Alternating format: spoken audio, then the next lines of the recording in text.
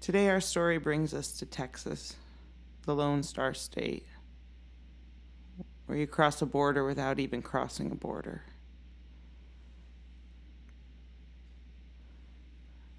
I was on my first ever national tour, lush with green from California, when we got stopped by Border Patrol. This beautiful Latina Border Patrol agent asked me if I'd ever been arrested before. And I was standing out there in the desert, and it's cold and it's night and you can't see anything for miles and miles and miles around. I just thought, God damn it. There's a drug dog in the car. They're definitely gonna find the weed. But then it all worked out. We drove to the cheapest nasty motel and they wound up just leaving the weed in the car. Today's spooky stories are coming to you from the Lone Star State. We've got native Texan Julie Nolen breaking down some of her childhood memories. East Coast finest Kayce Laine on a national tour, rolling through the Route 66 crisscross heartlands of Amarillo. Amarillo's bone dry compared to the swamps of Houston. If you imagine a food truck called Gloopy's Pizza or something sitting vacant in a giant school bus covered in spray paint, and then couches everywhere, and different people coming and going, the smell of cat piss overwhelming, but there was free chili for the band. And I was eating some of my free chili and I fed it to my dog, and this guy said, please don't feed your dog on my bed. So here he was in this massive theater. There's about 1,000 Raggedy Anns and Raggedy Andys on the wall. And it was raining one night and I just stood outside and watched thousands of cockroaches just crawl into the crack in the foundation. There must be millions of them. Here I am with my guitar. I'm gonna play some songs. Gonna make the most of it, Texas. Everything's bigger in Texas. Even the Raggedy Ann collection. Even the roaches. Even the food truck school bus anarchist run Gloopy Pizza. Spooky season. It's season 2. We're running it back. This time with special guests. So stay spooky and stay tuned, because we're about to begin Spooky Season Songcast Volume 2. I'm your host, Kristen Ford. I'm also your composer, your chief ghoster. Big thanks to Kayce Laine and Julie Nolen for their storytelling tonight. Let's get spooky.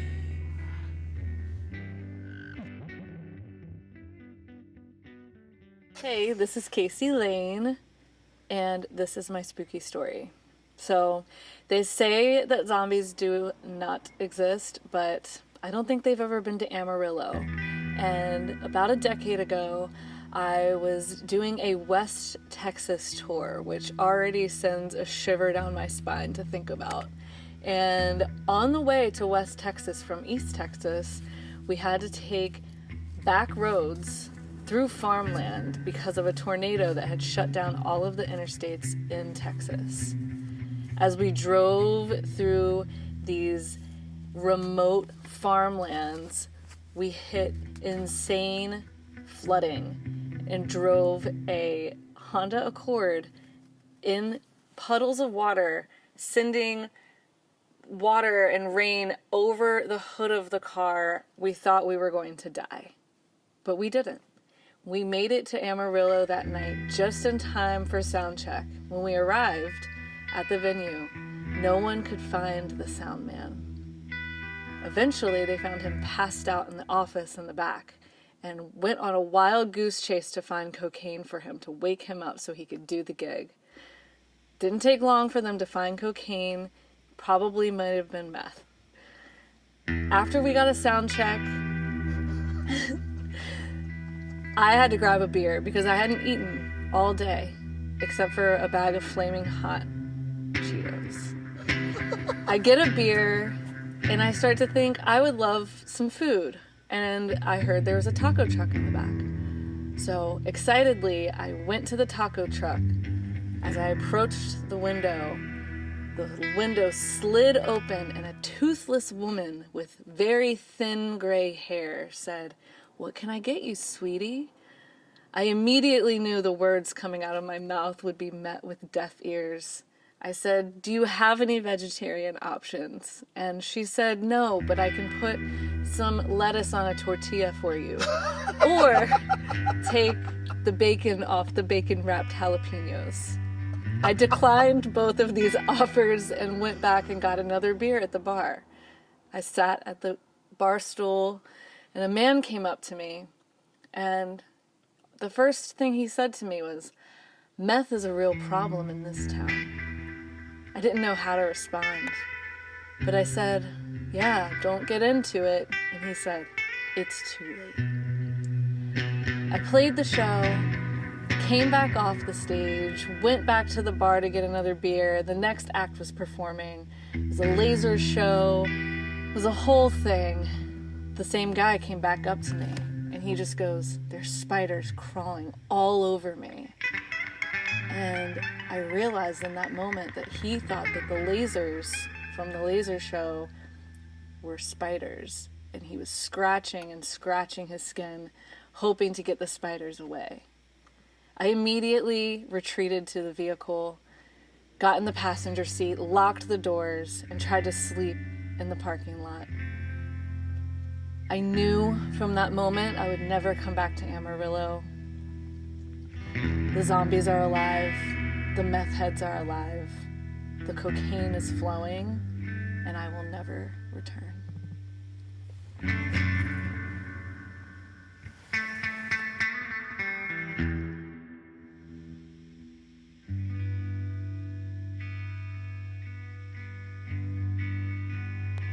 This is Julie Nolen, and this is my spooky story. So I grew up in West Texas, which West Texas is basically sort of desert meets prairie land, and it's very desolate out there. There's a lot of space in between things. When I was very little, maybe like 8 or something, we went out to the family farm out by Lubbock, Texas, which is a cotton farm, and it was the dead of winter. I remember everything was pretty dead out there.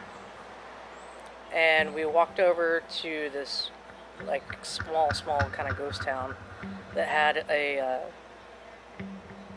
empty school that had been left behind or whatever. And I remember it was my sisters, I think, and my cousin, and we walked across this field into the school. We walked in, and I remember feeling very scared when I was a kid of it. There were a lot of desks that were torn apart. There were some random papers on the ground too that had just random drawings. There was a lot of random drawings that were still in chalk on the chalkboard. And of course there was also some spray paint from some vandals. And I remember the floor really creaked under our feet as well. That was really kind of scary. And the whole time while we were walking through there, it was just dead empty, and it felt like the air was just sucked from the room. I remember at one point, when we were kind of in the middle of the school, we all just kind of stopped. And we heard this sort of like almost like air blowing through something whistle. And then we all just got a really cold feeling and darted out of there as fast as we could. And I remember my cousin picked me up and was holding me and running with me. And we ran out and then back into the field. And that's all I know. Did the field feel like safety? The field did feel like safety. Compared to that creepy school, yeah. What were the drawings of? I don't even know. They were just figures. Not quite hieroglyphics, but figures. Some of it And was... how close were you to anything else? Like the nearest Um, Walmart? Oh, Walmart? At least probably an hour from a Walmart at least. No one can hear you not more. scream out there. No one can hear you scream out there. Damn. That's spooky. That's very spooky. And you never been back to school since? Oh no, I'm not going back into that school.